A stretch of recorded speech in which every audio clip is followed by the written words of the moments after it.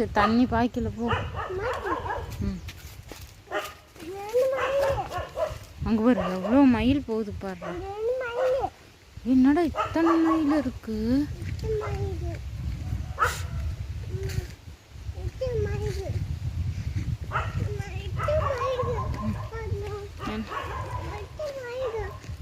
ஓடிருச்சு. கீழே பார்த்து போ. கீழே பார்த்து